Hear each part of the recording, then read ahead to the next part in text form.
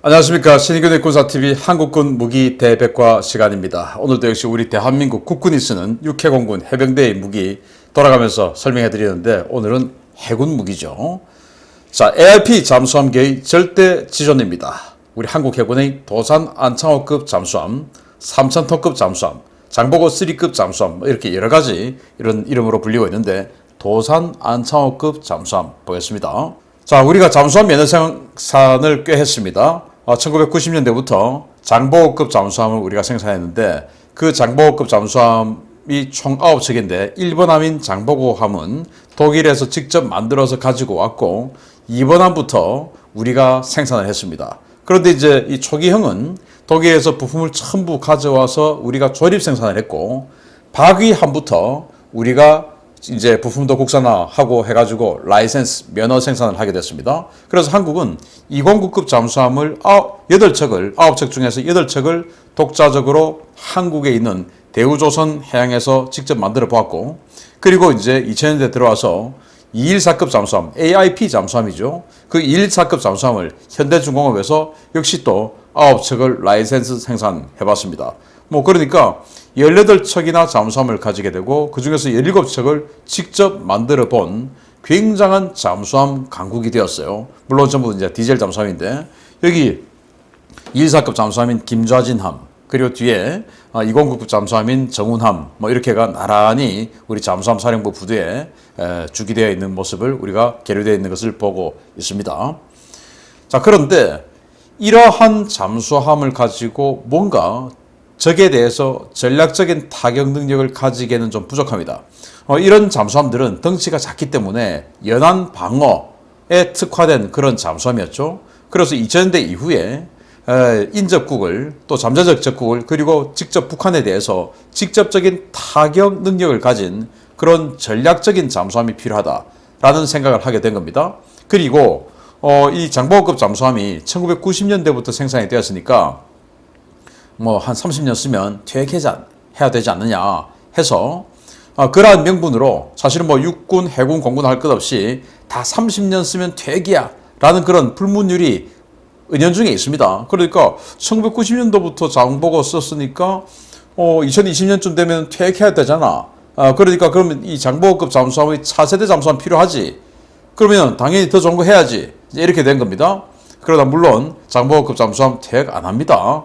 그래서 주변국에는 또는 당시 지금이야 이제 육해공이 다 돌아가면서 국방장관도 하고 합참의장도 하고 그러니까 좀 그런 거 없는데 얼마 전만 해도 육군이 그냥 모든 것을 독식했죠. 그때는 육군 보기에 야 니들 해군 뭐 하는 거야? 18척도 많은데 더 한다고? 이러면 또 안 되죠. 그래서 일단 합참에서는 해군의 이제 속내가 합참에서는 우리 18척 장보고급 퇴役하고 그거 교체하는 거 그걸로 이제 3000톤급 잠수함 할 거야 라고 스타트를 했지만 실제로는 퇴役 안 하고 우리는 20척 이상의 잠수함을 운영하는 국가가 될 겁니다. 잘했죠. 자, 그래서 장보고급 잠수함은 작전 심도가 250m예요. 그리고 그냥 디젤 잠수함에 납축전지가 있다 보니까 여기에 축전시켜 놓은 이 전기를 가지고 며칠 작전을 못 합니다. 지속 잠항, 즉 그것도 엔진을 돌려서 아주 그 고속으로 항해하는 이것도 아니고 그냥 시속 5노트 이상의 아주 미속 항해를 기준으로 해서 최대 3일 동안만 작전할 수 있습니다. 그런데 배터리 방전되면 안 되니까 그 전에 올라가야 되겠죠. 그래서 저는 209급 잠수함, 214급 잠수함 다 실내 타보고 항해도 해보고 했는데 며칠 만에 올라간다 이 말씀은 드리지 않겠습니다. 이건 굉장히 중요한 보안이기 때문에 어쨌든 최대 3일이다. 그리고 이 손원일급 잠수함은 여기에 이제 공기 불여 장치에서 연료전지를 넣어가지고 스스로 충전할 수 있게끔 엔진을 돌리지 않고 디젤 엔진 돌리려고 하면은 공기를 빨아들여야 이 엔진을 이제 공기를 압축시켜서 폭파시키고 이제 하는 그런 작업을 할 수 있죠. 그래서 디젤 엔진을 돌리려면 공기가 필요합니다. 그래서 연료전지를 통해서 스스로 전기를 생산해서 잠항할 수 있는 이런 능력을 가진 게 이제 AIP 공기 불여 장치 잠수함인데 그래서 손원일급 잠수함은 최대 2주 동안 잠항할 수 있습니다. 그래도 이건 너무 약하다. 왜? 북한이 지금 핵 개발하고 저러고 있는데 북한의 이 잠수함 기지 앞에 매복도 좀 하고 그래서 헌터킬러 하고 하려고 하면은 이 정도 잠항 가지고는 안 돼. 그래서 이제 3,000톤급 잠수함 하기로 한 겁니다. 그래서 기술 발전을 고려해서 우리는 단계별 사업 구상을 하는데, 왜냐하면 이 잠수함을 우리가 독자적으로 설계한 첫 잠수함이다 보니까, 그것도 이제 덩치가 큰 잠수함이죠. 이거 처음부터 너무 욕심을 많이 내면 굉장한 오류가 발생할 수 있는 거예요. 그래서 첫 배치 1 세척은 좀 안정적으로 가기로 합니다. 그래서 이제 그 다음에 조금 모험을 하고 이제 이런 식으로 가기로 한 것이죠. 그래서 배치 1은 진수 시기 기준으로 2018년에서 2022년까지 만드는데, 크기는 83.5m 길이에요. 그리고 이제 폭은 9.6m, 3,700톤 이상의 수중 배수량이 됩니다. 그리고 추진 특성은 연료전지와 납축전지인데, 이게 214급 잠수함하고 똑같은 스타일이에요. 납축전지. 여러분들 예전 뭐 배터리 건전지 이거 풀어보면 그게 납 같은 거 들어있지 않습니까? 그런 겁니다. 당연히 우리 지금 휴대폰에 들어있는 리튬 이온 전지보다는 성능이 많이 떨어지죠. 그렇지만은 지금 일본 소류급 후경부터는 이 일본은 리튬 이온 전지의 AIP 잠수함을 하거든요. 그러면 동시대에 지금 일본은 리튬 이온 하는데 우리도 지금 납축 전지면 우리가 좀 떨어지는 거 아니야? 우리도 리튬 하지. 우리도 배터리 기술 세계 최고인데 라고 할 수 있지만, 이런 이 배터리와 함께 여러 가지 연계되는 이런 것들을 처음 설계하는 이런 상황에서 해내기에는 조금 위험성이 따라서 처음에는 조금 보수적으로 가는 겁니다. 그래서 이제 어뢰 발사관은 6개, 그리고 수직 발사관, 탄도미사일 시스템이다 6개. 어뢰 발사관이 214나 209 같은 경우는 8개인데 여기는 훨씬 더 덩치가 큰데 6개로 줄었어요. 이 이유가 또 있습니다. 차후에 설명드리겠습니다. 그리고 배치 2 같은 경우는 2026년에서 30년까지 만들어내는데 덩치가 좀 더 커집니다. 4,000톤 이상이 되고, 여기 이제 드디어 리튬 이온 전지를 집어넣고, 여기에는 뭐 센서 같은 거 전부 다 새로 더 훨씬 더 강력한 능력을 가진 센서들로 다 교체를 하는 것으로 예상을 하고 있습니다. 역시 이제 어뢰 발사관 6개인데 수직 발사관을 4개를 더 늘립니다. 그래서 탄도미사일을 10발을 집어넣습니다. 그리고 2030년 이후에 배치 3를 만들게 되는데, 이 배치 3는 뭐 저 같은 사람들의 주장은 핵잠수함으로 하자, 원자력 추진 잠수함으로 하자, 이제 이렇게 하는데 아직 결정 안 났는데, 한미 관계가 좋아서 한미 원자력 협정을 해석을 뭐 한국에게 유리한 쪽으로 해석을 하는 쪽으로 바꾸면, 또 그렇게 여건을 조성해내면 우리 정부가 우리 원자력 추진 잠수함 할 수 있습니다. 왜냐? 비핵 국가인 브라질이 지금 미국의 인정으로 원자력 잠수함을 만들고 있기 때문에 우리가 뭐 선도국가는 아니죠. 그러니까 브라질의 그런 예를 들어서 우리도 하자라고 얼마든지 할 수 있습니다. 그래서 저는 배치 3에서는 핵 추진 잠수함으로 하는 것이 좋겠다라고 주장하고 있죠. 도산 안창호급에 적용된 최신 독자 기술이 뭐냐? 이제 여러 가지가 있는데, 뭐 고성능 예인소나 이런 거 들어가죠. AIP 시스템 들어가서 오랫동안 잠망할 수 있습니다. 그리고 측면에도 소나를 쫙 붙여가지고 뭐 하여튼 이 탐지 성능이 아주 좋아졌습니다. 소나를 뭐 거의 뭐 측면 옆에다가 쫙 다 갖다 붙여서 아주 멀리서 또 정밀하게 탐지할 수 있고, 또 예인 소나를 길게 달고 다니기 때문에 정말 탐지 능력은 최강급의 그런 탐지 능력을 가지게 되는데, 자 보시면 디젤 AIP죠. 수중 최대 속도는 20노트입니다. 그렇지만 20노트로 달리면 배터리 방전 금방 돼서 안 되겠죠. 그래서 미속 항해 기준입니다. 여기 뭐 지속 자막 능력 최대 30일 하는 거는 5노트 이하의 미속 항해, 그걸 이제 기준으로 하는 겁니다. 디젤은 뭐 어쩔 수 없어요. 원자력 추진 같은 경우는 뭐 20노트로 그냥 달려버리죠. 그래도 끄떡없죠. 무한 동력이기 때문에.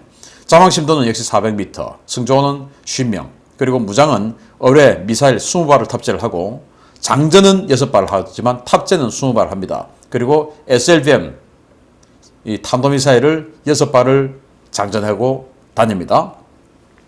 자, 여기 신형 533mm 어뢰 발사관이 6문이 들어가는데, 이 어뢰 발사관이 214나 209 같은 작은 잠수함에도 8개 있는데 왜 여기는 6개냐? 이게 조금 이제 비밀이 있어요. 이게 ATP 어뢰 발사라는 건데, 원래는 어뢰를 쏘려고 하면은 물을 집어넣습니다. 물을 집어넣어서 어뢰 발사관과 밖의 바다, 물속이죠. 압력을 똑같이 만들어주고는 어뢰를 밀어냅니다. 그럼 이제 어뢰가 쑥 나가죠. 그런데 이렇게 물을 집어넣고 압력을 맞추고 어뢰를 밀어내고 하려면은 당연히 늦겠죠.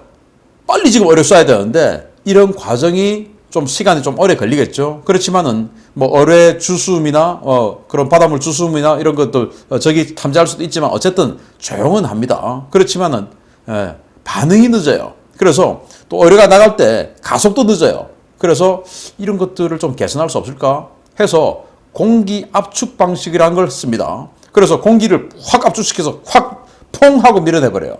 그런데 당연히 이렇게 밀어내면 퐁 소리도 날 것이며 이 공기를 압축하고 밀어내는 과정에서 이 공기의 기포가 엄청나게 생기겠죠. 그러면은 저기 당연히 탐지를 아주 손쉽게 해내겠죠. 그래서 우리 잠수함의 위치, 어뢰의 발사의 존재 이것들을 아주 쉽게 알고 적도 이 어뢰에 대한 대응을 하게 되겠죠. 그리고 우리가 역으로 공격을 받게 될 수도 있고 그래서 미국이 시울프 잠수함부터 적용한 기술인데 바닷물을 집어넣어서 그걸 압축해서 뱉어냅니다. 그래서 공기를 집어넣어서 뱉어내면은 이게 뭐 거품이나 여러 가지 때문에 굉장히 소음이 큰데 바닷물을 집어넣어서 그걸 뱉어내버리면은 이게 이제 압축해서 뱉어내버리면은 공기보다는 훨씬 더 소음이 적다. 물론 이 바닷물 주수해서 그냥 밀어내는 것보다는 소리는 좀 크겠지만 그렇지만 공기를 압축해서 내뱉는 것보다 훨씬 소음이 적죠. 그렇지만은 밀어내는 것보다 훨씬 속도가 빠르고 하기 때문에 신속하게 적을 타격할 수 있습니다. 그래서 이제 그럼 이런 것들을 209나 214에서는 왜 못했냐? 이런 바닷물을 빨아당겨서 압축하고 하는 과정에서 좀 덩치가 규모가 커져야 돼요. 그래서 209나 214 같은 작은 덩치에서는 이런 장치를 할 수가 없었던 거예요. 그런데 이제 우리 여기는 뭐 덩치가 한 3,700톤 정도 되니까 그런 ATP 어뢰를 할 수가 있었던 겁니다. 그래서 당연히 이제 이 덩치 어뢰 발사관의 덩치가 이제 이 바닷물 압축 때문에 훨씬 더 커지죠. 그러니까 6발만 어뢰 발사관을 만들게 되는 것이고 또 이게 이제 덩치가 크다 보니까 물 속에서도 해저에서도 한번 쏘고 나서 재장전을 수월하게 할 수 있는 공간이 확보가 되는 겁니다. 그런데 214나 209 같은 경우는 워낙 덩치가 작기 때문에 물속에서는 사실상 재장전하기가 정말 힘들어요. 진짜 비상 상황 아니고서는 이 재장전 한다는 게 굉장히 부담스러운 일이에요. 왜? 이 뭐 제가 뭐 따로 말씀드리긴 곤란하지만 어쨌든 공간이 좀 그래요.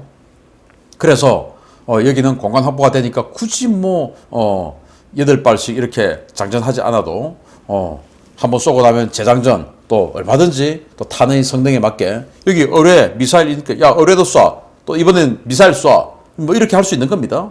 그런데 214나 209는 덩치가 작아서 아예 여러 발을 많은 숫자를 장전해 놓고 다니는 것이죠. 그런 차이가 있는 것입니다.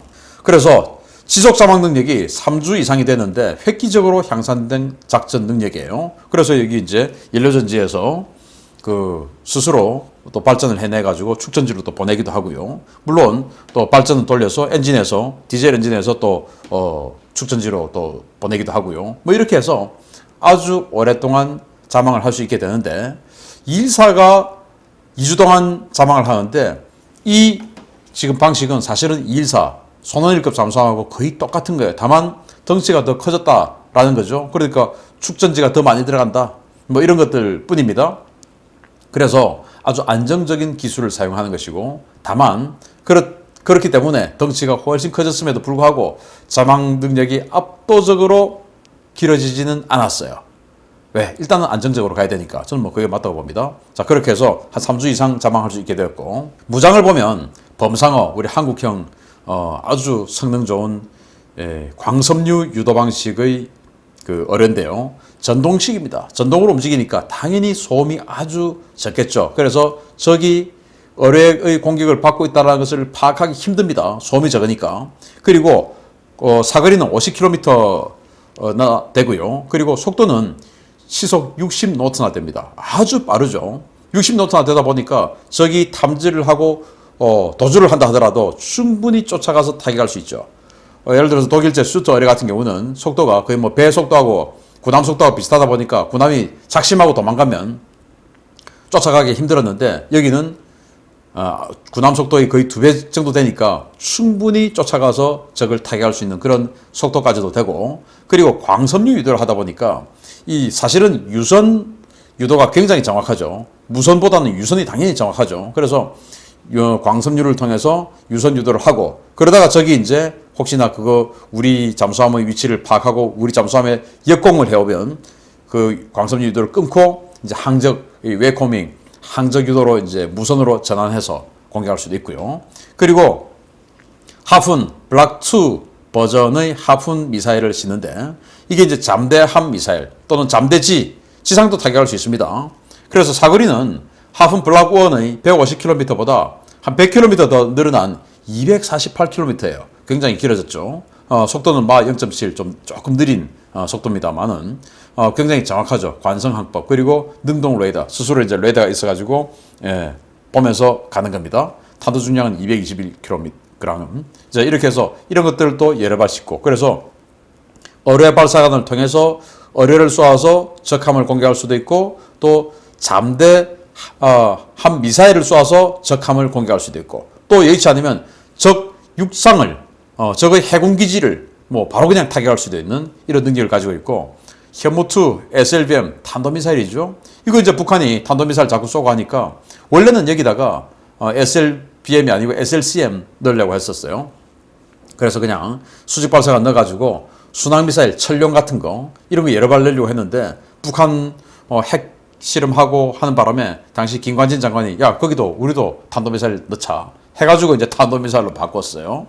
그래서 탄도미사일 6발, 마 5에서 6 정도의 속도죠. 그리고 이 뭐 아주 잘 아시다시피 러시아의 익스칸데르 미사일처럼 편심 탄도 비행하면서 거의 뭐 회피 기동에 가까운 그런 변칙 기동을 하고, 그리고 500kg 이상의 탄도 중량, 그래서 강력한 벙커 버스팅 능력까지 가지고 있는 그런 우수한 SLBM입니다. 이거 6발 탑재하고 다니는데, 디젤 잠수함으로서 SLBM 탄도미사일을 싣고 다닐 수 있는 전 세계 유일의 잠수함이 바로 도산 안창호급입니다. 그래서 지금은 순조로운 전력화 과정인데 초도함 지금 이렇게 항해 중이에요. 현재는 대우조선해양 소속으로 이렇게 항해하고 있는데, 지금 기공을 16년 5월 17일 날 이제 스타트를 했고, 그리고 18년 9월 14일 날 진수식을 했죠. 그리고 현재 인수평가 중에 있는데 실전 배치는 2022년쯤 전력화될 예정이다. 내년쯤이죠.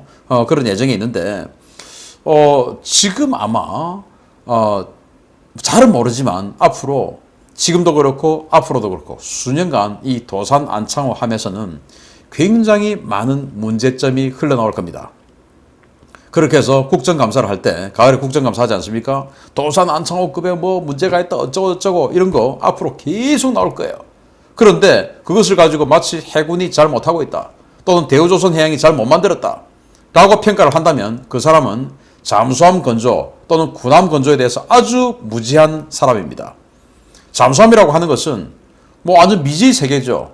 그래서 여러분들이 뭐 현대자동차에서 승용차 한 대 만들면 그 승용차 수십만 대 수백만 대 생산함에도 불구하고 그 승용차 시제품 만들어 가지고 노르웨이 가가지고 뭐 아주 혹한의 그런 기후, 그리고 미국의 데스밸리 가가지고 완전히 그냥 혹서의 기후, 모래바람 이런 데서 테스트 전부 다 막 아주 오랫동안 하죠. 그렇게 해서 다 이제 됐다 하고 시판을 했는데도 불구하고 초반에 막 리콜 나오고 난리 나는 거 아닙니까? 그런데 잠수함은 딱 한 척 만들어가지고 이걸 바로 지금 내보내는데, 노르웨이에서 데스밸리에서 나왔던 그 엄청난 오류들이 현장에서 나오는 겁니다. 나올 수밖에 없어요. 안 나오는 게 이상하죠. 그런데 그러한 당연한 것을 가지고 잘못됐다라고 비난하는 것은 정말 무지의 소치다. 만약에 그런 국회의원이 있으면 저 자기가 없다라고 비웃어주면 됩니다. 그래서 사실은 이 도산 안창호 함은 초도함이기 때문에 그냥 뭐 테스트 베드라고 보면 됩니다. 여기에서 어마어마한 문제점이 나와야 돼요. 그래야 2번함, 3번함, 그리고 배치2에서부터는 그런 문제점이 없어지는 거예요. 그래서 여기는 많은 문제점이 나와서 현장에서 개선할 수 있도록 우리가 박수를 쳐줘야 된다. 라는 건데, 지금은 아직 그래도 확실하게 이런 문제가 있다, 저런 문제가 있다 보도는 안 나오고 있습니다만은 아마 제 예상으로는 굉장히 많은 어려움을 겪고 있을 것으로 저는 상상을 합니다. 그런데 그게 지극히 당연한 것이다. 그렇게 해서 우리는 핵 잠수함까지 가야 된다는 거예요. 자, 이렇게 해서 우리가 도산 안창호급 그리고 이번 함인 안무함 이렇게 진술을 하고 나니까 인도에서 굉장히 큰 디젤 잠수함 사업을 하게 되는 거예요. 총 6조 5천억짜리 사업인데 여기에 지금 도산 안창호가 들어가는 겁니다. 프로젝트 75I라는 사업인데요. 인도 해군의 재래식 잠수함 18척 체제 구상에 맞추어 진행 중인 잠수함 도입 2차 사업으로 6척 물량의 AIP 잠수함을 해외 기술 도입 형태로 국내 생산하는 사업입니다. 4,500억 루피 약 6.8조 원 규모의 예산이 승인되었으며 현재 5개국이 치열한 경쟁 중입니다. 인도는 이 사업을 하면서 지속 자막 능력 그리고 타격 능력을 가장 우선해서 봅니다. 지속 자막 능력은 뭐 AIP니까 다 비슷하겠죠. 그런데 타격 능력은 아까 제가 말씀드렸듯이 우리 한국의 도산 안창호는 전 세계 유일의 재래식 잠수함으로서 SLBM 탄도미사일을 탑재하는 그런 잠수함이기 때문에 타격 능력은 뭐 압도적이죠. 그래서 지금 현재 프랑스의 스콜펜급 이게 아주 강력한 경쟁자인데 스콜펜급은 타격 능력이 부족합니다. 탄도미사일 없으니까 수직 발사관도 없죠. 그리고 러시아의 킬러급을 개량한 라다급 그리고 스페인의 214급을 개량한 S80 플러스급 그리고 독일이 이제 212, 214, 218 이런 개량형 또 한 2000톤급 중방형 작아요. 그리고 한국의 도산 안창호인데 여러모로 봤을 때 도산 안창호가 가장 적합하다. 유리한 거는 지금 뭐 아주 오랫동안 인도하고 이 해상 부분에서 작업을 많이 해왔던 프랑스 나발이 만드는 스콜펜이 제일 유리하다고 저는 판단해요. 그렇지만은 제일 적합한 것은 인도가 원하는 것 중에서 가장 적합한 것은 한국의 도산 안창호다. 타격 능력이 가장 좋으니까. 그래서 우리 도산 안창호가 인도에 좀 팔렸으면 좋겠다. 그래서 인도는 기술 이전을 그냥 거의 다 받습니다. 그래서 우리 기술 이전 해줄 필요 없다. 해주면 안 된다라고 하지만 저는 뭐 해줘도 괜찮다고 생각합니다. 한국하고 인도하고 똑같은 잠수함 만약에 판다고 내놨을 때 물론 우리는 더 기술 개발 더 해서 더 진보가 되어 있겠지만 인도 거 사겠습니까? 한국 거 사겠습니까? 한국 거 사죠. 그래서 걱정 말고 저는 파는 게 좋겠다라고 생각하고 팔리게 되기를 기대합니다. 그래서 도산 안창호가 이렇게 해서 정말 순항을 해서 배치 3에 가서는 한국형 핵잠수함의 발판이 되기를 기대하고 2030년, 40년대까지 우리 동북아시아에서 일본, 중국 이 주변국들이 대한민국의 도산 안창호급이라는 3,000톤급 3주 이상 자망하는 이 어마어마한 디젤 잠수함, 조용한 디젤 잠수함의 존재 때문에 대한민국을 함부로 뭐 해상 봉쇄하니 어쩌니 저쩌니 이따위 소리 못하게 만드는 전략적 임무를 잘 수행해 주길 기대합니다. 마치겠습니다. 감사합니다.